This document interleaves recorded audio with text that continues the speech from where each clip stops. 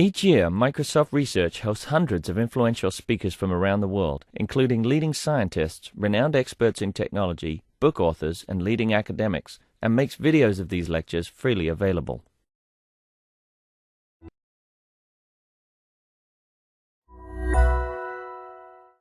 Hey, good afternoon, everybody. Welcome, welcome. Thanks for joining.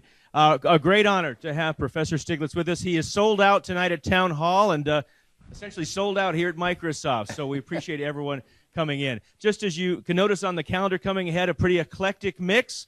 We hope you're back tomorrow. David Brooks, who I know many of you have seen on the Sunday shows, read a lot of David Brooks, will be with us. We're over in the conference center tomorrow, back at noon. And then we move on. Tom Brokaw is back with us. We're going to cover Alibaba. We're going to cover ESPN, one of their founders there, the Xbox, and then General Stanley McChrystal, who's an encore performance as well. So a busy May ahead. We hope you'll bring some colleagues in, some family, and join us for that. So I will not read Professor Stiglitz's entire bio. He would not get to speak if I did that. But he is the professor at Columbia University, co-chair of Columbia University's Committee on Global Thought, also the co-founder and co-president of the Initiative for Policy Dialogue at Columbia. In 2001, as many of you know, he was awarded the Nobel Prize in Economics.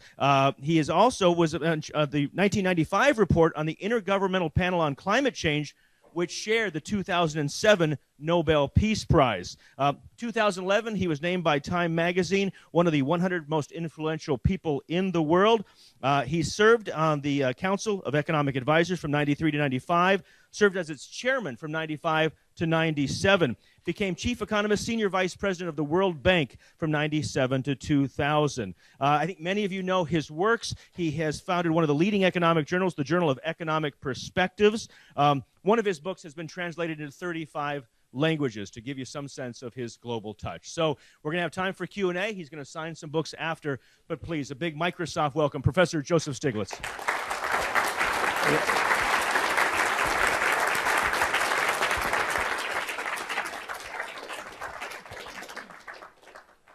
Well, thank you very much for that introduction. Of course, as to an economist, being sold out at a zero price is not particularly convincing. But I'm glad all of you gave up some of your lunchtime. You know, when you write something that gets attention, even if it's the wrong kind of attention, sometimes you know that you said something important. And so a couple of days ago, I guess I was pleased that the Wall Street Journal wrote an attack against me.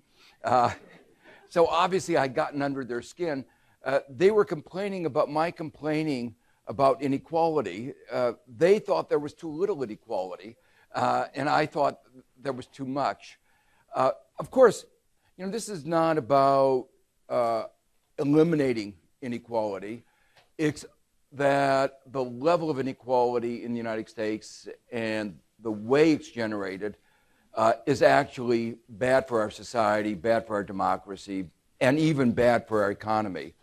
And this book, The Great Divide, is about the Great Divide in our society, in our economy, which you see all the time, manifests itself in lots of different ways.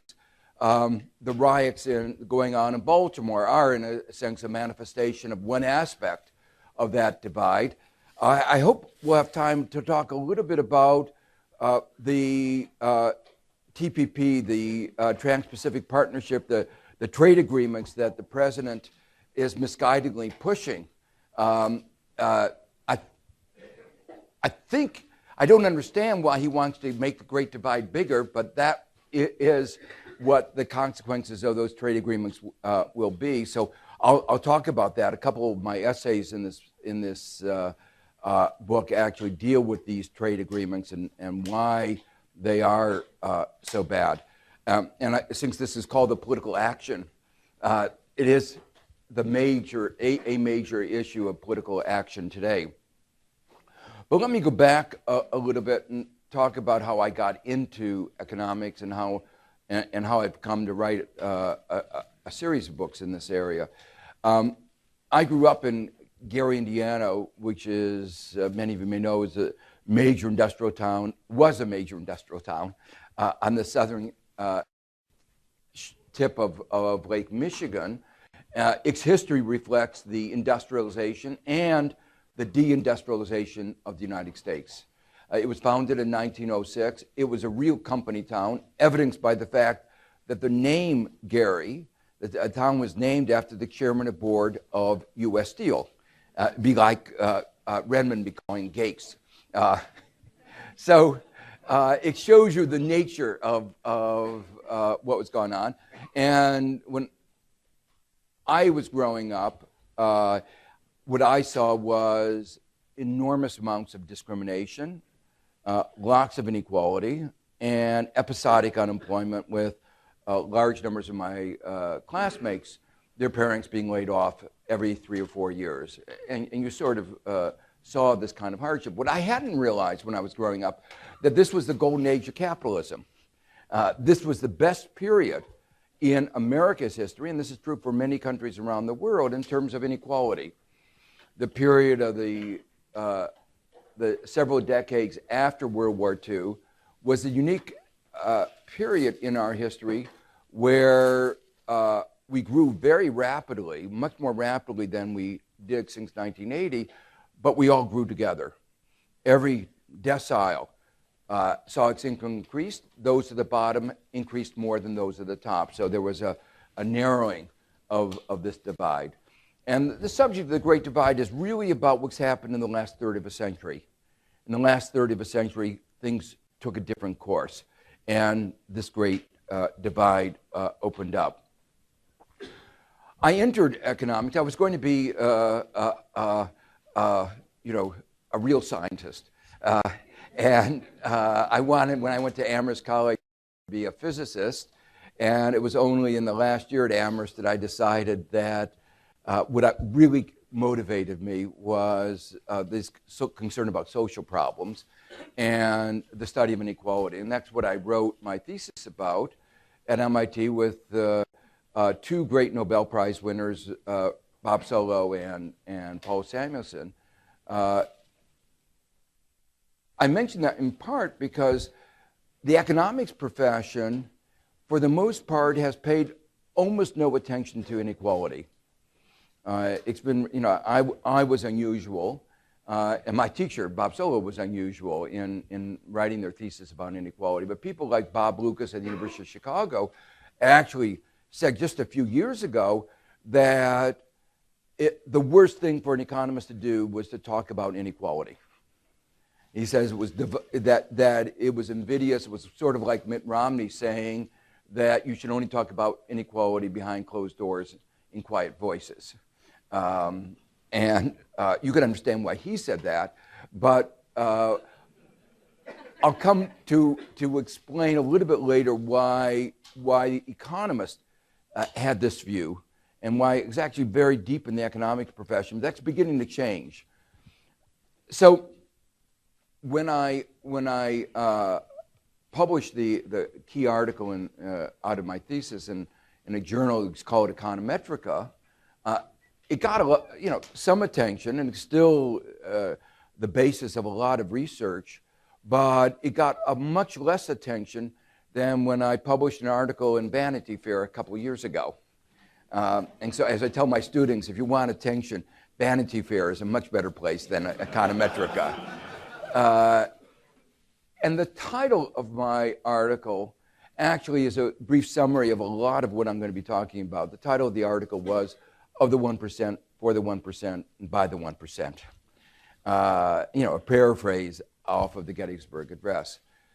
Well, after I wrote that article, which went viral, I got asked by the New York Times to curate a whole series of articles in the New York Times about inequality called The Great Divide.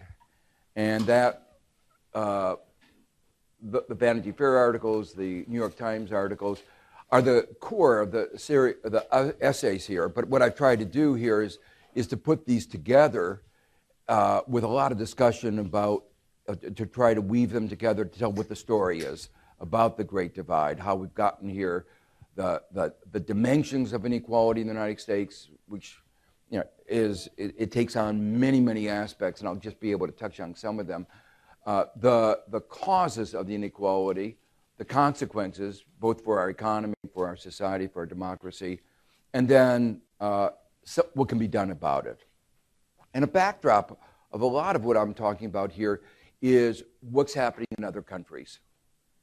I emphasize that because, a lot of people talk about American exceptionalism, and this is one area where we are exceptional. But I'm not sure we should be so happy about it. We are the advanced country with the highest level of inequality and the lowest level, among the lowest levels of equality of opportunity. So let me go in. I want to keep about half the time for questions. Let me try to just fairly quickly go through a number of ways in which our understanding of inequality has changed dramatically in the last 10 years. The first relates to the observation I made a few minutes ago that the 50s was the golden age of capitalism. One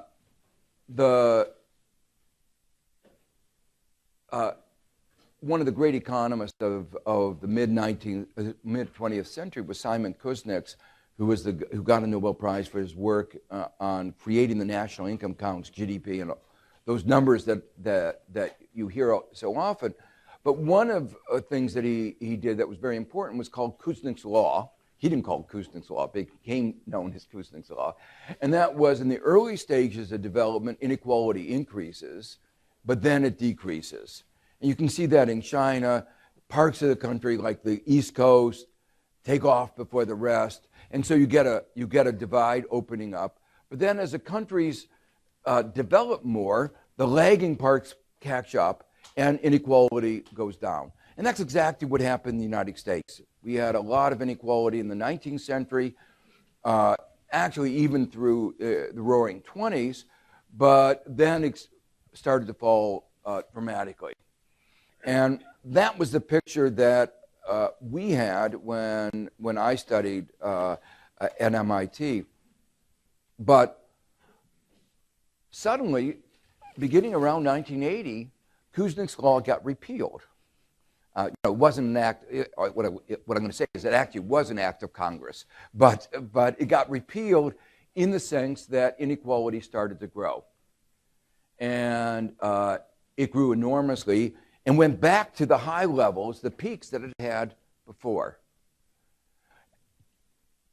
A big question is why, and this pattern is more true of the United States, but is also true of other countries. Two hypotheses about that, both of which have some degree of truth. One of them was that there was something special about the period after World War II. We just fought the war together. There was a kind of national cohesion, and that kind of national cohesion just changed the way our society functioned. I mentioned before that this was the period of rapid economic growth, but that national cohesion could allow the top tax rate, the top marginal tax rate. Most of you probably don't remember this. Most of you are too young to but the top marginal tax rate at the time was 91%. Numbers, when we've talked about increasing the progressivity, we've had a big fight about whether we can increase the tax rate at the top from 36% to 39%, with some people saying it would be the end of our economy. We had a top marginal tax rate of 91%, and it was the fastest period of our economic growth. And that money went for building the national highway system, investments in technology, the Sputnik, the response to the Sputnik, lots of things. So that's one hypothesis. The other one is the 70s was a period of a lot of turmoil. It was the aftermath of the Vietnam War, the oil price shocks. The result of that, we had a lot of inflation, and people said we needed a new economic model. And Reagan came forward with a new economic model, which was called Supplyside Economics. Many of us were very suspicious. We knew something about economic theory more than Reagan did, and we knew something about the data. But the theory had a certain cogency to it. It was two ideas.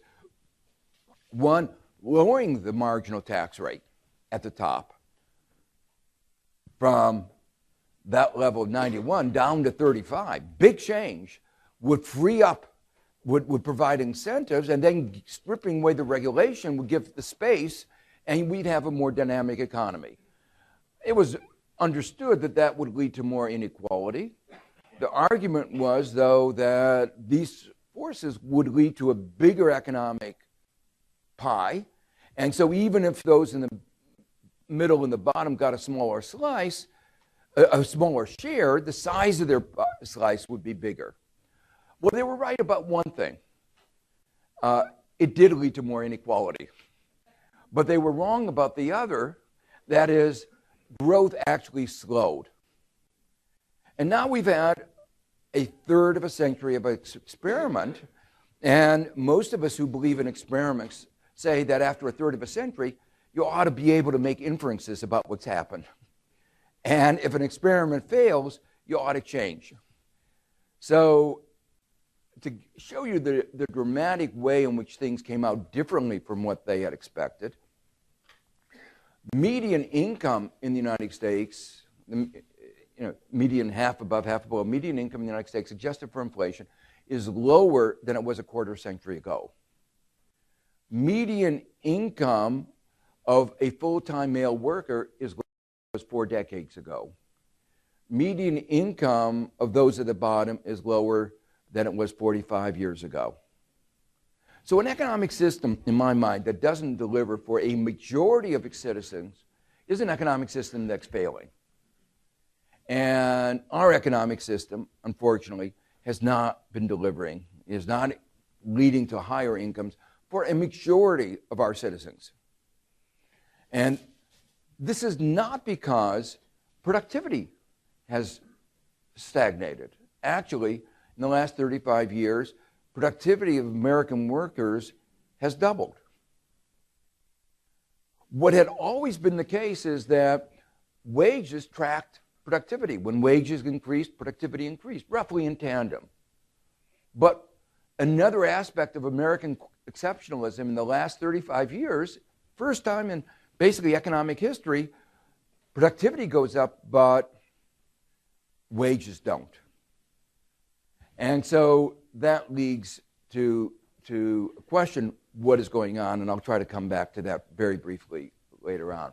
But that something big is going on it should be clear from these numbers. The second big change in the way that we understand inequality is related to, and economists like to talk about trade-offs, just basic vocabulary, basic economics. Arthur Oken, who was chairman of the Council of Economic Advisors under President Johnson, wrote a very influential book called The Big Trade-Off. And he said, the big trade-off is between inequality and economic performance. And so, yes, we can all criticize inequality, but if we want to have more equality, we'll have to give up on economic performance, growth, we now know that's not true. That, in fact, greater equality and greater economic performance are complements, not substitutes. They work together. And this is, not just a view that you might say left-wing softy people like me feel. This has now become part of the mainstream. The International Monetary Fund, the IMF, which is not known to be a radical organization, it's basically a reflection of financial markets, has been arguing strongly that high levels of inequality like that of the United States interfere with growth, stability, overall economic performance. And when I say that, it's not only that their research has shown this, they've been going around the world preaching this. It's not just words, it's not just something that a few people feel. I was in China at a meeting between Madame Lagarde, who was the managing director of the IMF, and the Chinese leadership. And she said their inequality, which has grown to a very high level, was a major risk to their economy. So they really believe it. And again, in the book, I talk about a number of the reasons, the channels through which these adverse effects are realized. The third idea I want to get across is relationship between opportunity and outcomes. When this debate about inequality began a few years ago, some conservatives like Paul Ryan said, we don't care about inequality of outcomes. What we really care about is equality of opportunity. Now, I wish he really believed that, but the fact is that America has the lowest level of equality, among the lowest levels of equality of opportunity of the advanced countries. Now, how do we measure this? What do we mean by that? Whether a number of different ways of measuring this. The simplest number is correlation. The correlation between the income of the child and the income and education of the parents. The life prospects of a young American are more determined by the income and education of his parents than in other advanced countries.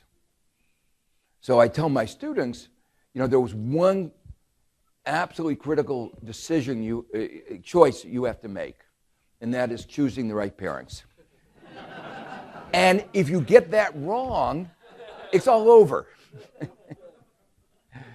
But it shows up in a lot of other statistics. For instance, a child from a parent at the top who does poorly at school is going to wind up doing better in life in terms of income than a child from the bottom who does very well in school. So it's really an impediment to have made that first initial choice wrong.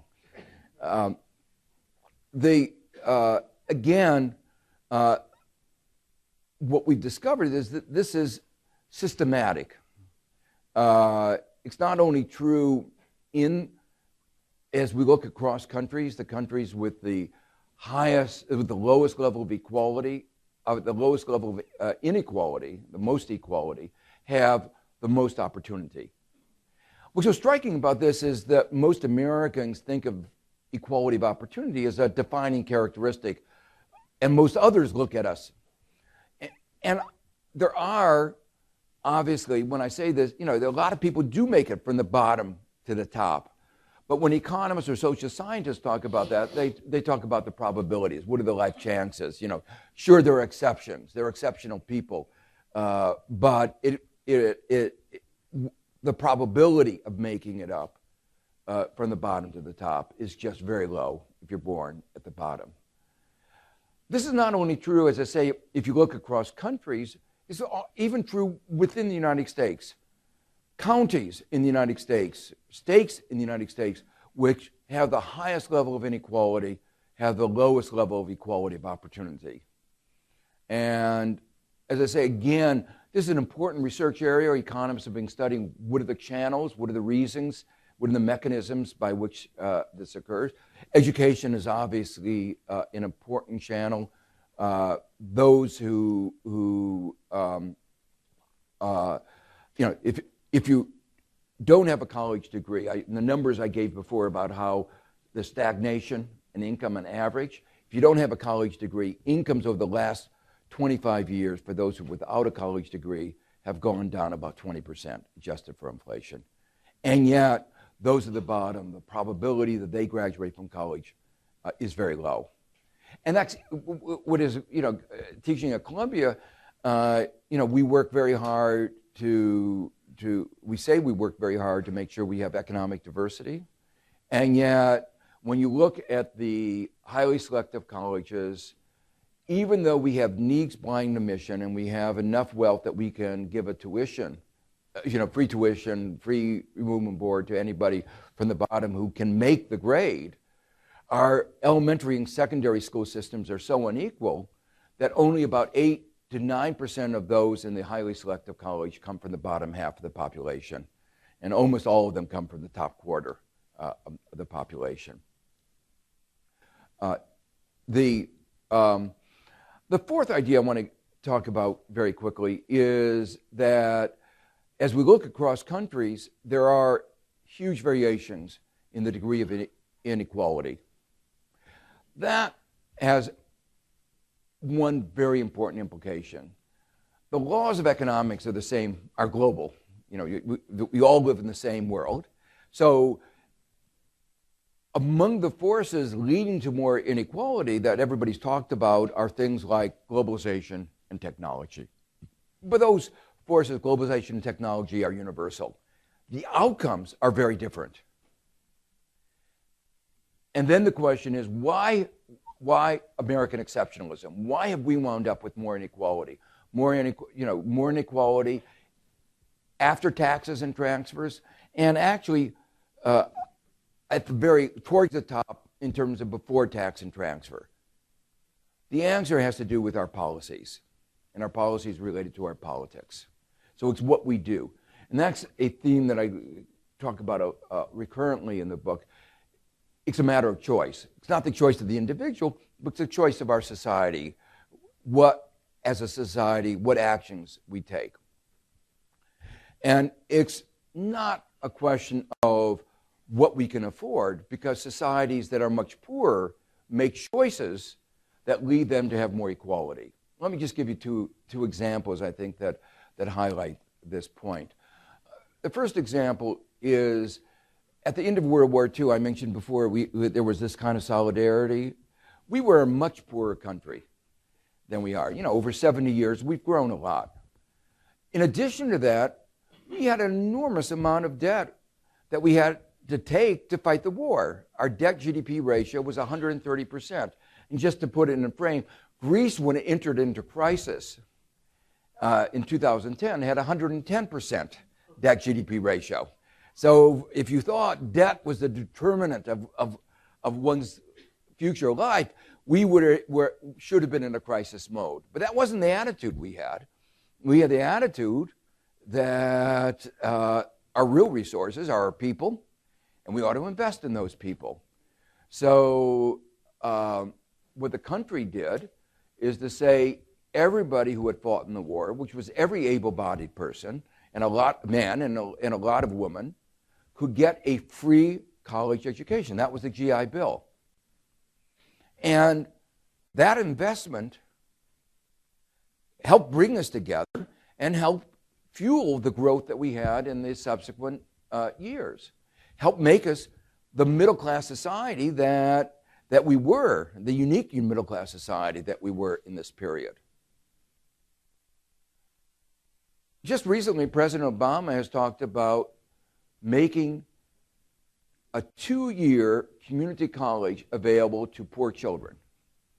And let me just say, you know, the cost of the community college is a fraction of the kinds of what we were spending then, where we would put people through Harvard, you know, Columbia, any school in the country that they could get into. And many people are saying we can't afford it. Obviously, we could afford not only community college, we could afford a college education for everybody. But it is a matter of choice. It's how we frame what we do with our money, with our resources. Another example is that I have an essay. One of the advantages of having been chief economist of the World Bank is I get invited to go all over the world and talk to government officials and you know, sort of, you might say, tourism of a particular kind. And a few years ago, I went to Mauritius, which some of you may know is an island off of the east coast of Africa, one of the probably the most successful country in Africa. And it's still very poor. Let me make it clear. It's very poor. But this, and when you write an essay, you never know what reaction you're going to get.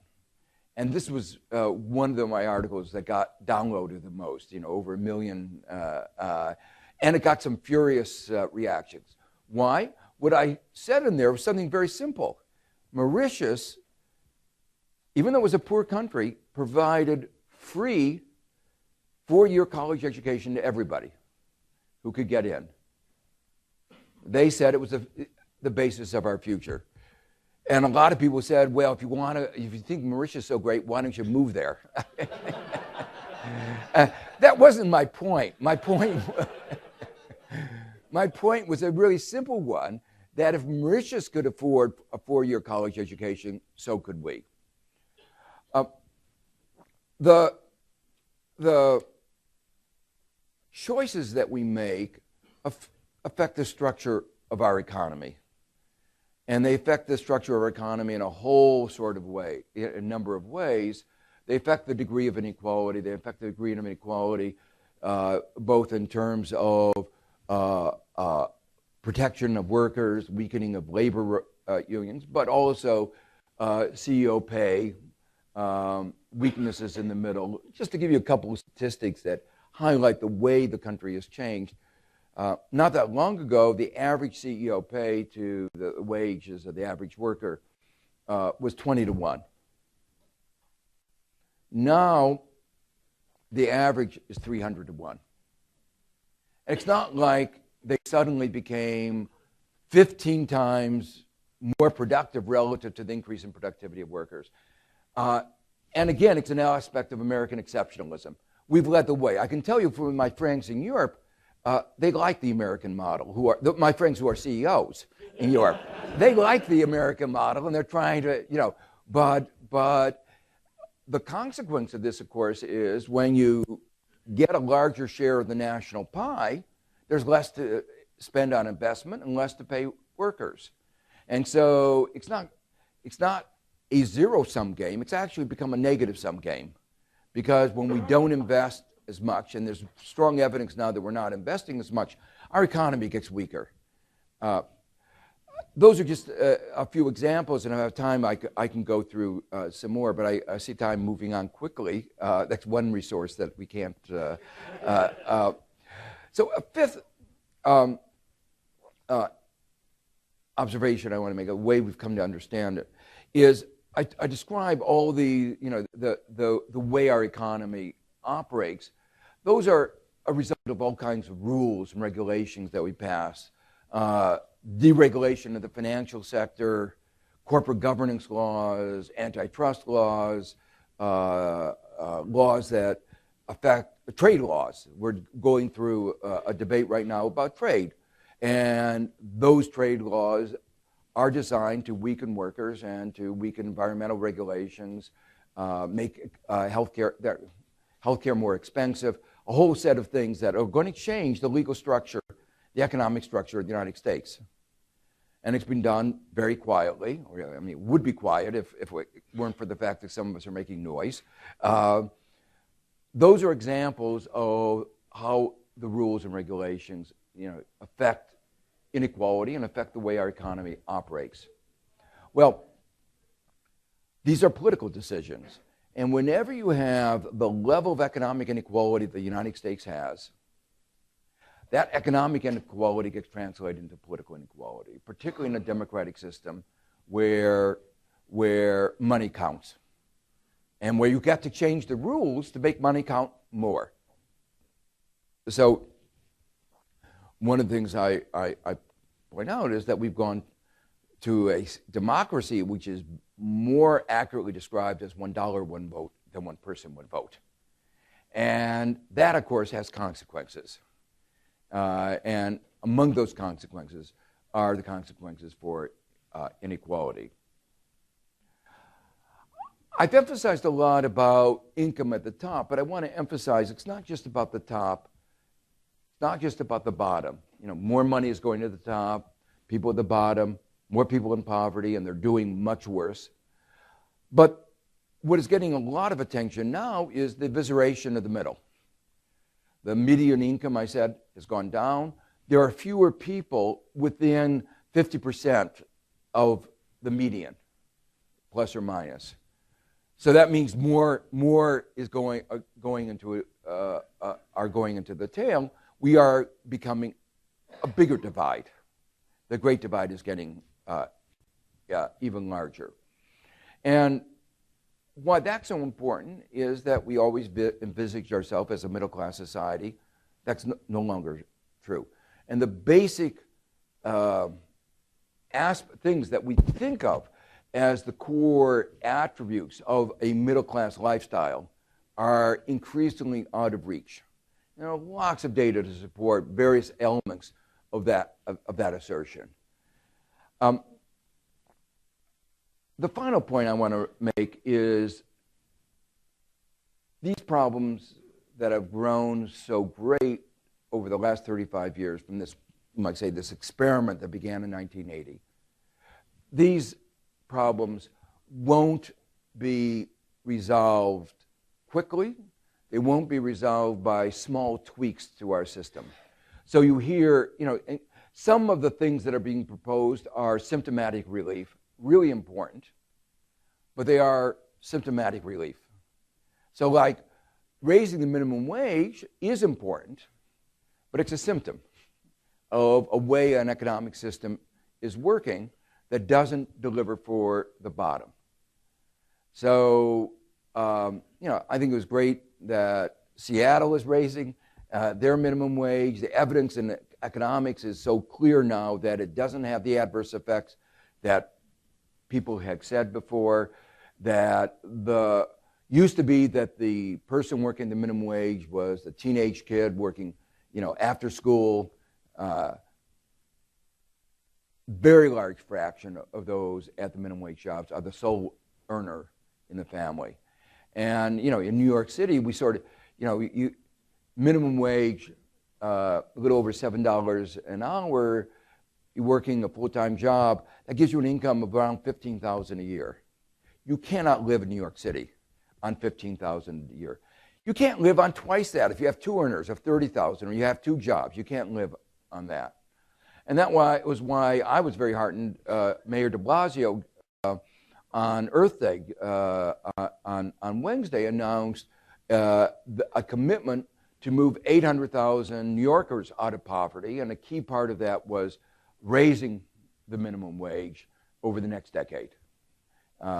That's a big deal. Moving, it was styled after the Millennium Development Goals that succeeded in reducing the number of people in poverty around the world. He said, let's set a goal and let's make sure we achieve it. So that means we have to focus more on trying to understand the underlying structures that have led America to have this exceptional level of inequality. But I think we have to, in addition, focus on how do we make sure that those elements of the middle-class lifestyle are attainable, that kids can go to college, that people can own a home, that they can get access to health care, all these basic ingredients, that we have full employment. And we've had a Federal Reserve that's focused more on inflation than on employment. So what I want to leave you with is this notion that where we've arrived has not been an accident. It's been the result of a large number of decisions about the structure of economy that have led us to a more divided economy, but also an economy, a society that is not functioning as well. And that I mentioned before that this was an experiment in a way that began around 1980. I want to end it on a note of urgency. The decisions that we make now will have consequences for decades to come. So if we continue business as usual, inequality will continue to grow, and in another 30 years we'll be an even more society. Evidence about this is overwhelming. And so if we change tack, we won't get the kind of society we want right away, but at least we can temper these extremes and try to recreate the middle-class society, the country of opportunity that we used to think of ourselves as being. Thank you.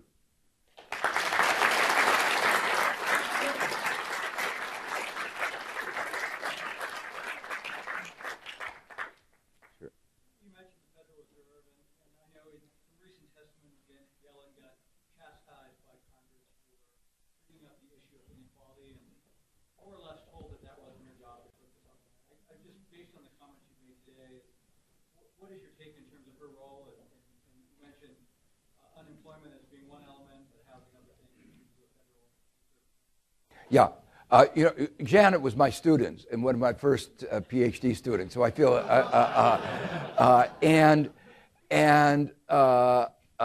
one of the essays that here I was very involved in trying to make sure she got appointed and explaining why inequality was a responsibility of the Fed and why the way they had been conducting monetary policy and regulatory policy had been a major contributor to the growth of inequality.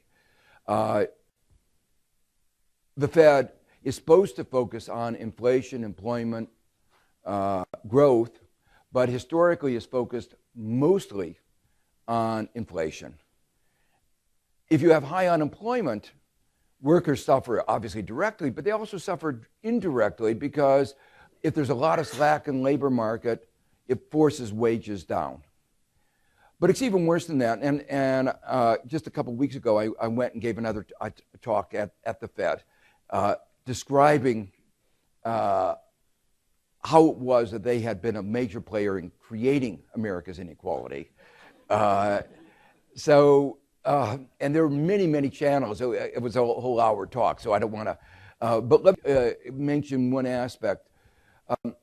As we were responding to the crisis of 2008-9, we went into quantitative easing. One of the main channels by which quantitative easing worked was to create a stock market bubble.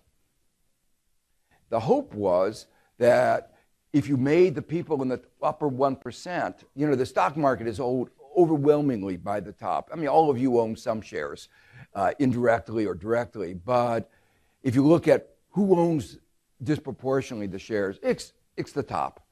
Wealth inequality is much greater than income inequality, and ordinary Americans in their retirement accounts tend to be more conservative and hold more bonds, and particularly T-bills, government bonds. So when they lowered the interest rate, as they did, those prudent elderly who depended on government bonds got wiped out. Their income went down to zero. But meanwhile, the top people in the upper 1% did very well. It was another instance of trickle-down economics. It had a very small effect on, that's why QE didn't work very much, because they save a very large fraction of their income. They're not spending it.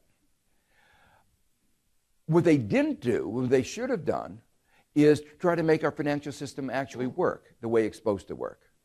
So years after the crisis began, lending to small and medium-sized enterprises was still 20% below what it was before the crisis.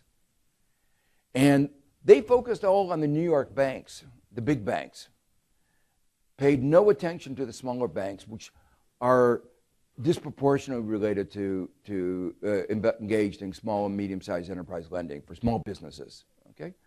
So the fact that they were focusing on the top and the big banks and let the smaller banks go, over 500 went bankrupt, but a lot of the others were in bad shape, is an example of their where they didn't do what they should have done.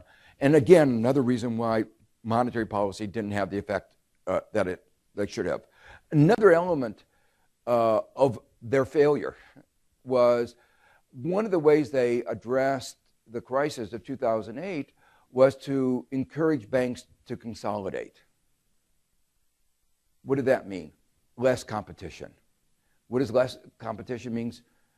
What it means is the ability of the banks to exercise monopoly power. You saw that actually when the Fed lowered the long-term interest rate. On average, a very small fraction of that, only a fraction of that, got transmitted to borrowers. A lot of it went into the coffers of the banks. So the transmission mechanism by which the Fed encouraged more homeowners got broken because their failure to address monopoly in the banking system. So those are just some of the reasons. So I think she's spot on talking about inequality. It's a key part of our economy. And I mentioned IMF says macroeconomic management requires focusing on inequality. And it's mostly the conservative congressmen who have been working hard to make sure inequality grows that didn't want her to talk about it. Okay. I think I have the mic. About mentoring, going out and going to poor neighborhoods, and I'm a CPA, would be a great thing to sort of change the inequality. But what aspect would you say would be, I know there's, like picking your parents. Now, I have autism in my family. What would happen as far as what portion of genes affect also? I mean, you'll meet these people who are very rich and they're very smart. Now, they come from smart parents. There's the environment. So there's two sort of things. Sure. I mean, obviously, both of these are important, but let me talk about one of the reasons why there's this link between inequality of outcomes and inequality of opportunity. A lot of that has to do with our education system, and that's why programs of mentoring are important. Over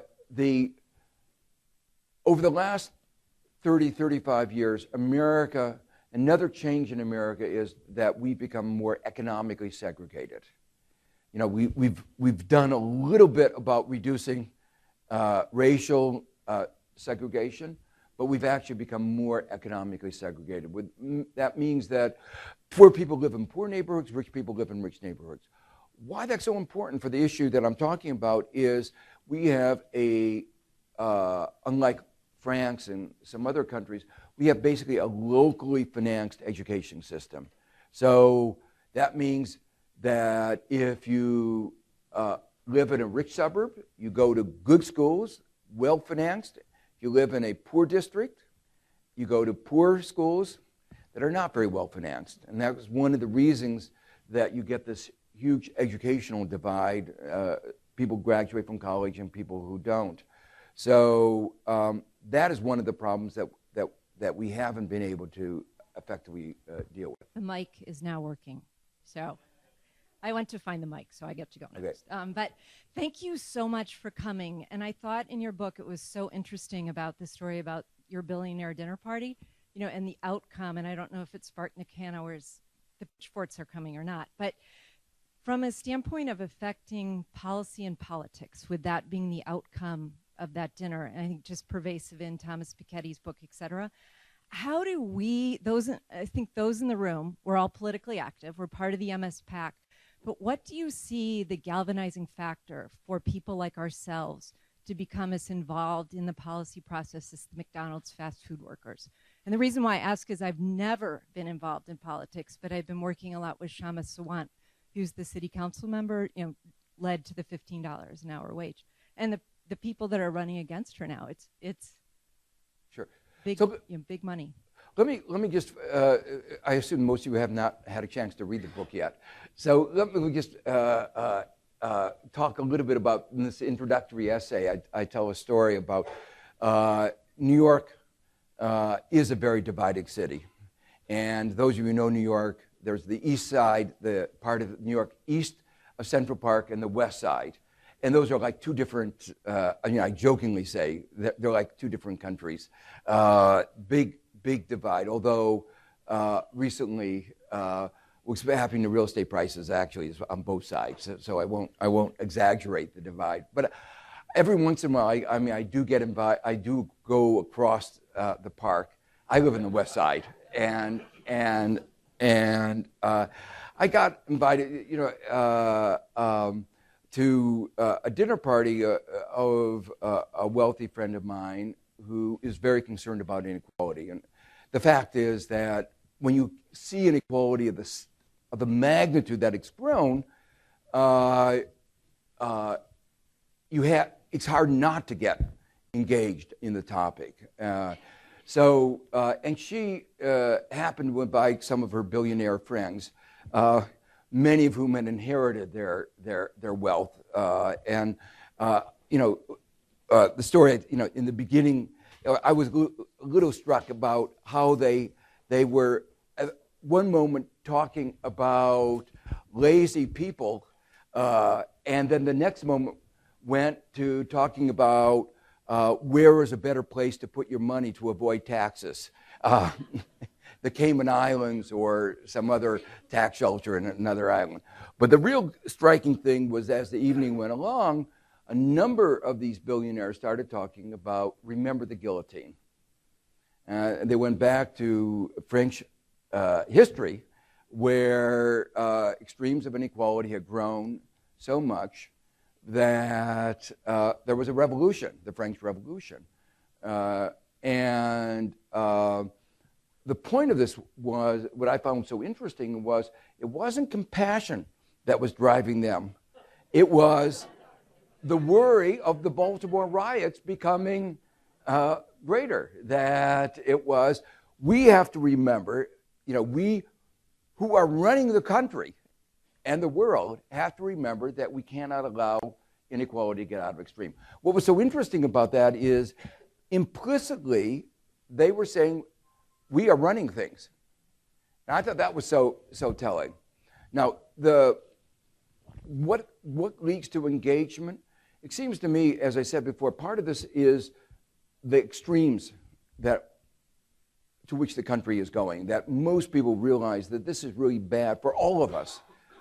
And then there are always the specific issues. I mean, minimum wage is an amazing story because 70% of Americans believe that there should be an increase in the minimum wage. I mean, how could you not believe that, given those numbers, given that the people at the bottom have not gotten a pay raise in a half a century, in a country that seems to be getting richer. And yet, we can't get it through Congress, and that's generated this kind of national movement at the local level. Let's do something about it. If Washington is broken, we can do something at the local level, and it's been very heartening. The issue that's really engendering, as I've gone around talking, engendering an enormous amount of interest, excitement right now, is the trade agreement.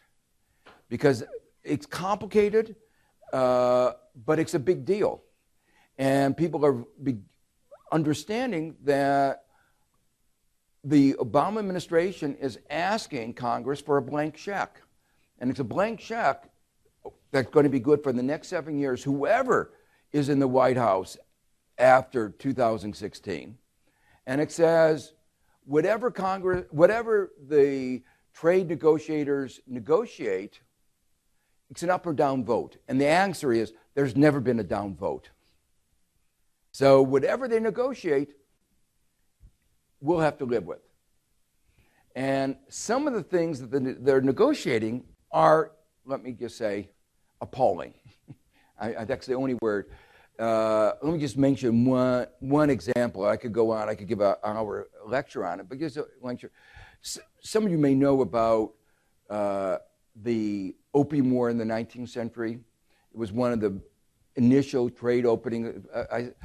People from China all know about it because there was a trade imbalance in the 19th century. China produced lots of things that people in the West wanted, like China, like porcelain. And the West didn't produce anything like China wanted. So what happened? There was a trade deficit. And if you follow the discussion, trade deficits are a problem. So then Europe, UK in particular, found a solution.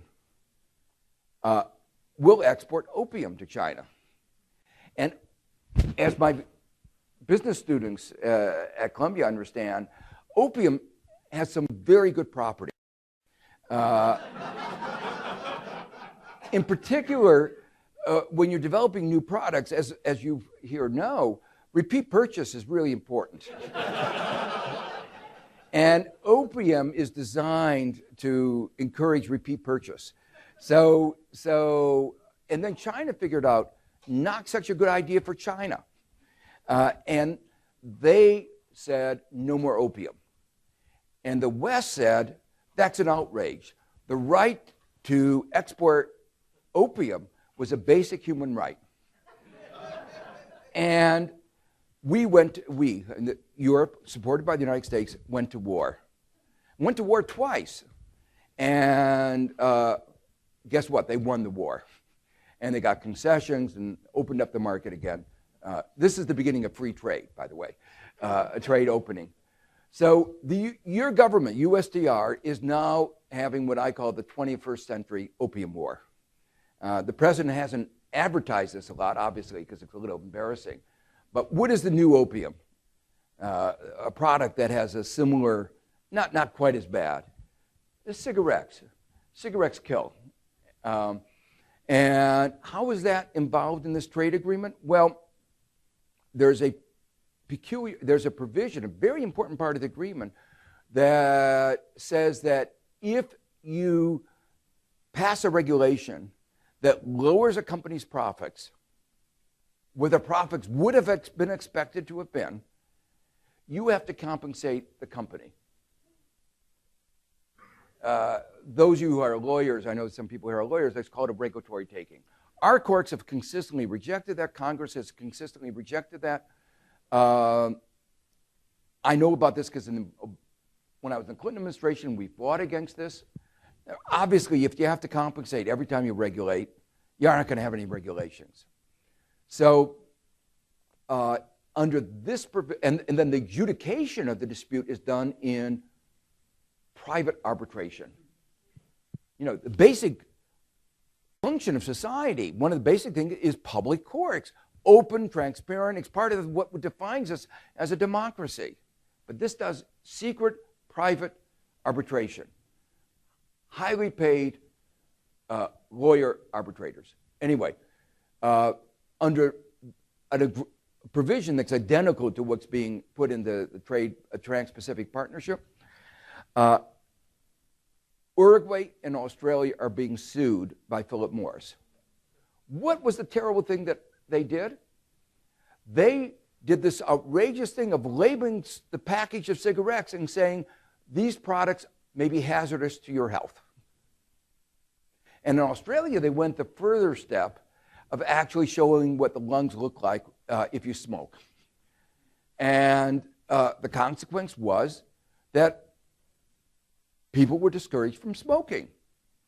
And Philip Morris's profits went down. Yes, that was the intent.